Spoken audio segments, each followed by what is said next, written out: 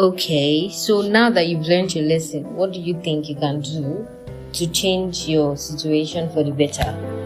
And before you respond, I don't want anything abstract. I'm talking kulonile kudowo because I already know about your goal and everything else. Just tell me something you can do now instead of expecting a miracle. Went the voice on the other end of the phone, struggling to keep a polite tone. Hello everybody, peace be unto you. My name is Aziza and today I am choosing proof over ideas. You are currently listening to I Want My Dream Life Now, the podcast relating my raw, unfiltered journey as a 26-year-old Nigerian girl building from scratch. This is the blueprint, episode 3. That call conversation with the voice is so vivid because immediately after the call, I remember typing the word abstract so frantically into my phone's dictionary as though the meaning might suddenly change. But even after confirming the definition, I still didn't understand what they meant. And as usual, I just concluded that they had given up on me and my dreams from a privileged point of view.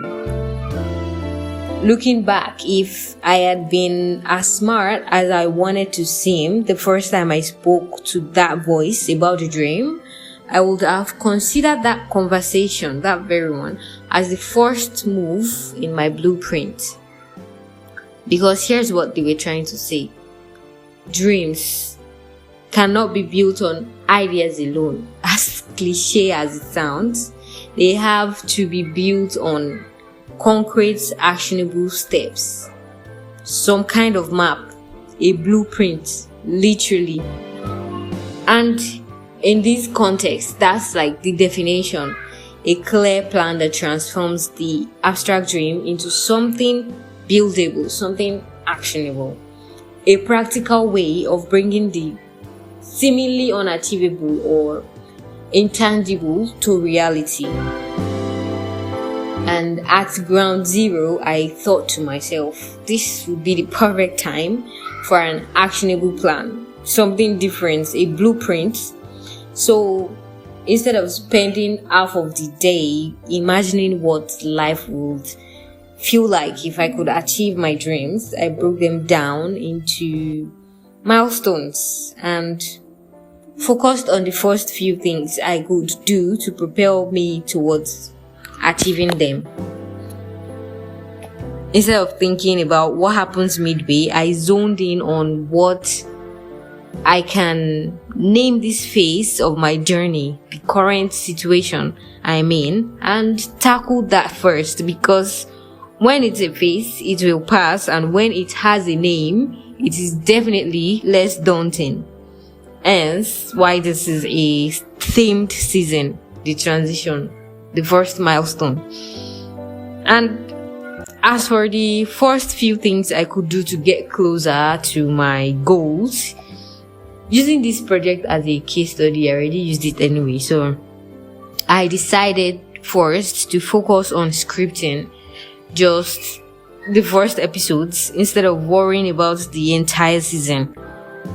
Once that was done, I obviously picked up the next episode, and now this is the 3rd episode, propelling me towards the end goal, even though slower than I would prefer. It's actionable and sustainable. Now, one thing I did before taking that first step was I considered my resources, what I have to work with. And in this case, it's my phone, my voice, and my story. Definitely me using nothing, depending on how you look at it, to get something. In other words, using what I have as resources to get what I need. And there's another one.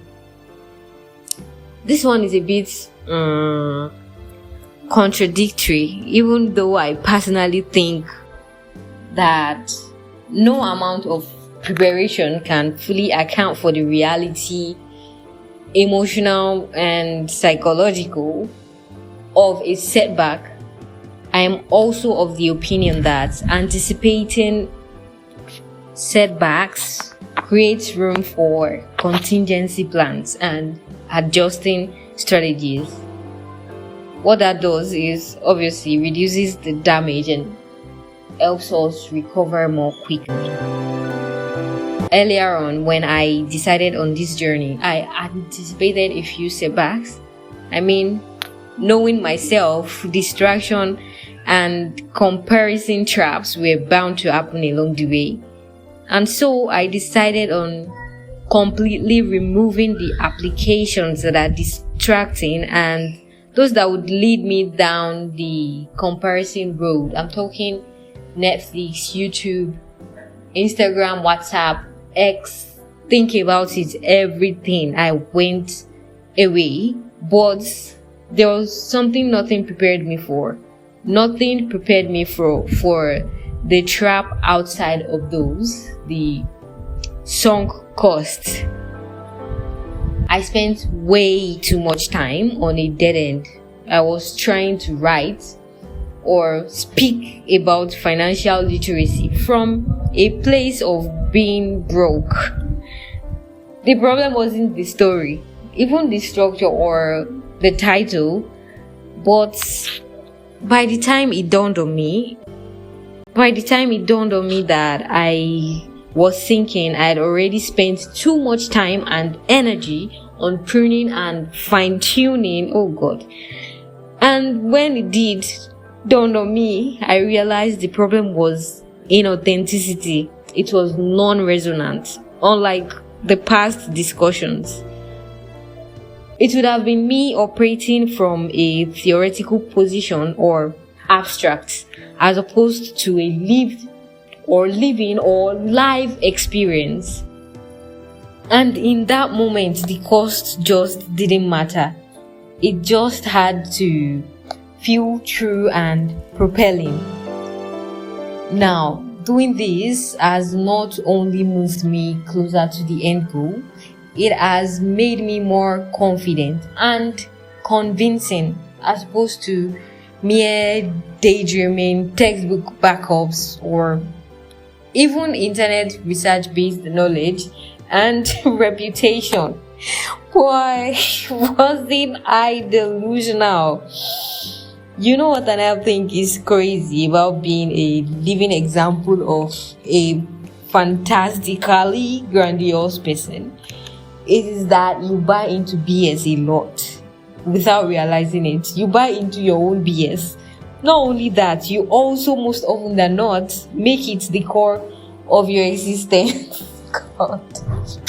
Anyway, to the top of the water, because why am I getting worked up or distressed over something I am trying to leave behind?